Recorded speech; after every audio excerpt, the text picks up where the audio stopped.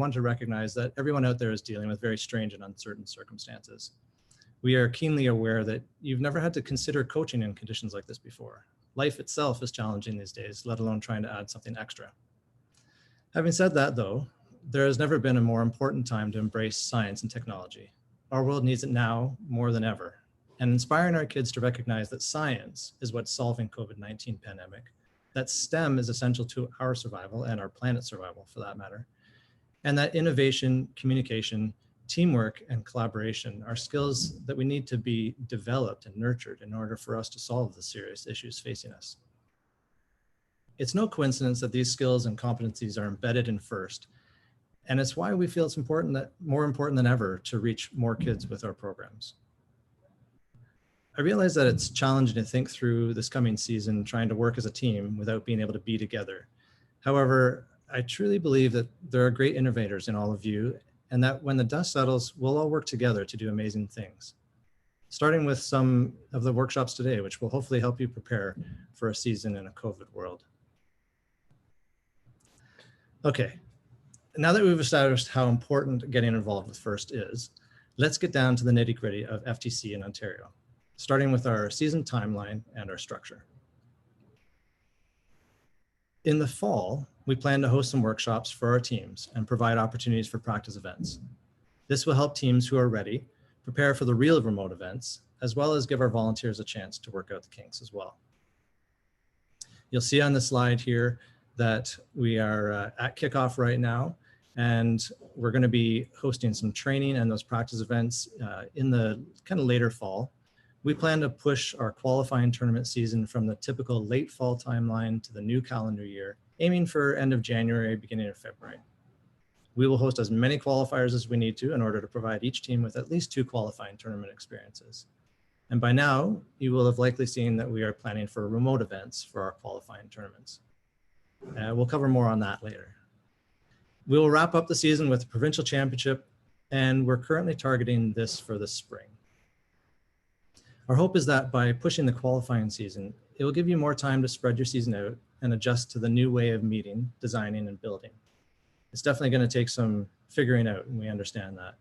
And we hope that having the provincials in the spring might allow us an opportunity for a face-to-face event. We'll have to wait and see how things are at that time. As I mentioned, the qualifying season will be starting out with remote events. And I thought I'd give you a small taste of what that will look like on this next slide. So HQ's created a lot of resources over the summer to plan for both remote events and traditional events. It's been a ton of work for them, and just a shout out for them for pulling that together.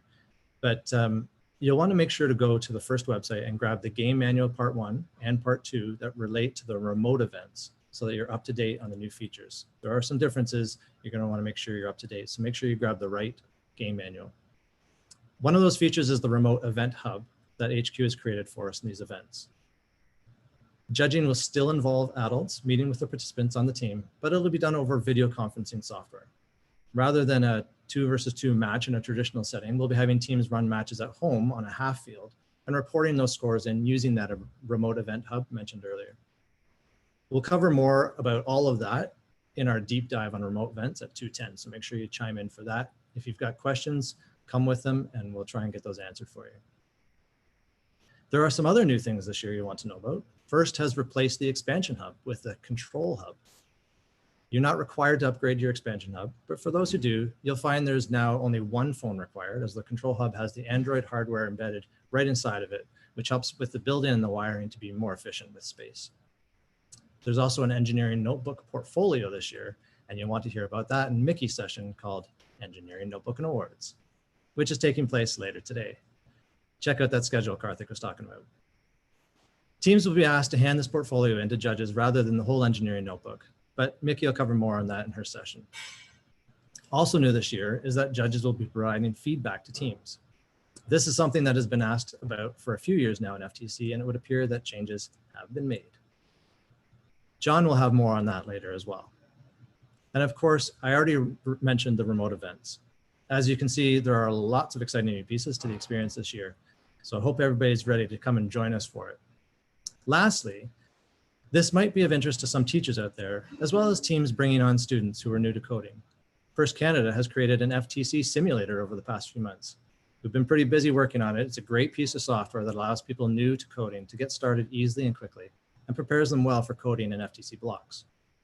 It's been a fun project to work on with Under the GUI, which is a software company out in BC. We've worked on it over the past few months since COVID's hit. And currently we have a few stock robots that you can program, starting out with some very basic movements and moving on to using a few of the FTC sensors to navigate around a series of mazes. We're going to continue to develop it, but I'd encourage you to check it out on our website at the link in the slide there. And it's free for anyone in Canada, thanks to CanCode. So really want to have people try that out. Let us know what you think of it when you've had a chance to play around. It's a dynamic project which will be changing and improved on a constant basis, but we're really excited about it, and it's been fun to be a part of that. Karthik, before I pass it back to you, I just wanted to take a moment to thank a few people. First of all, we have a truly amazing group of people who have come together to make this event happen. We've got a massive planning committee, our presenters that you'll be seeing throughout the day. We've got Zoom producers in the background. We've got Twitch moderators checking the chat and making sure that everything's going on right there. And it's just been an honor to work with all of you, and I really appreciate the time that you've invested into this endeavor. I'd also like to thank our many sponsors, but most notably our founding sponsor for First Tech Challenge, Studica Limited. Studica has been a great supporter of First Canada throughout the years, and we are proud to partner with them on FTC in Ontario. And that's about it for me, Karthik. I hope everybody has a great day. I hope you enjoy Kickoff.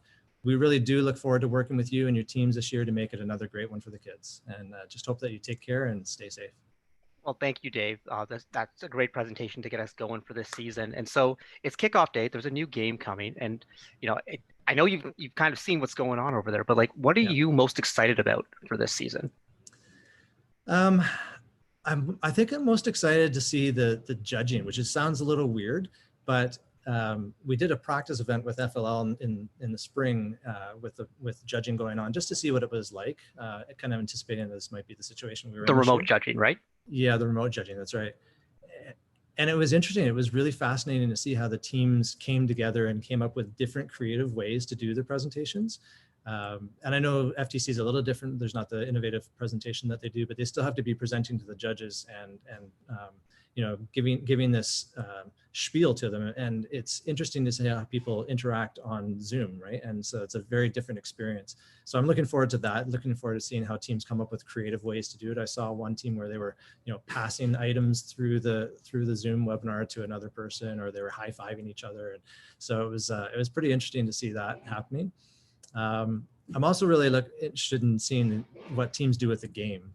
This year, there's a lot of different ways to score in the game, and I don't want to give anything away, but there's a lot of different ways to do the scoring, and I think it's going to be really interesting to see which avenues teams pick for that scoring. So those are the two things I think I'm most excited about.